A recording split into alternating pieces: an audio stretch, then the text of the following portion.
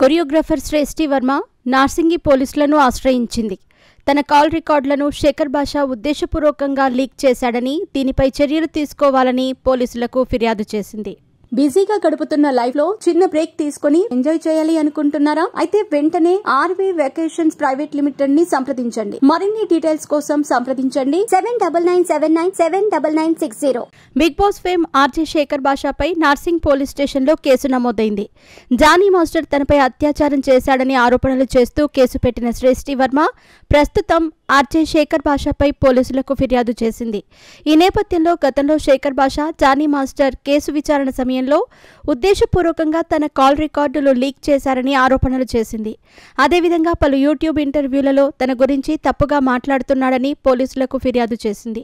ఈ క్రమంలో శేఖర్ భాషా వ్యక్తిగత మొబైల్తో పాటు అతని వద్ద ఉండే ఇతర ఎలక్ట్రానిక్ వస్తువులను సీజ్ చేయాలని తన ఫిర్యాదులో శ్రేష్ఠి వర్మ స్పష్టంగా కోరింది. సదరు కొరియోగ్రాఫర్ ఫిర్యాదుతో పోలీసులు శేఖర్ భాషాపై BSN act section 79, 67, IT act 72 కింద కేసు నమోదు చేశారు.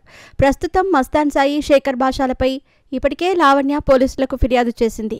వీరిద్దరూ కలిసి లావణ్యను డ్రగ్స్ కేసులో ఇరికించారని, వీరు మాట్లాడిన కాల్ రికార్డుల ఆధారాలతో సహా నార్సింగి పోలీసులకు లావణ్య వీడియోలను ఇచ్చిన విషయం తెలిసింది. ఈ నేపథ్యంలో శేఖర్ భాషాపై మరో కేసు నమోదు కావటం వార్తల్లో నిలిచింది. మరోవైపు గతంలో పంజాగుట్ట పోలీస్ స్టేషన్లో శేఖర్ భాషాపై కూడా ఒక కేసు నమోదయ్యింది.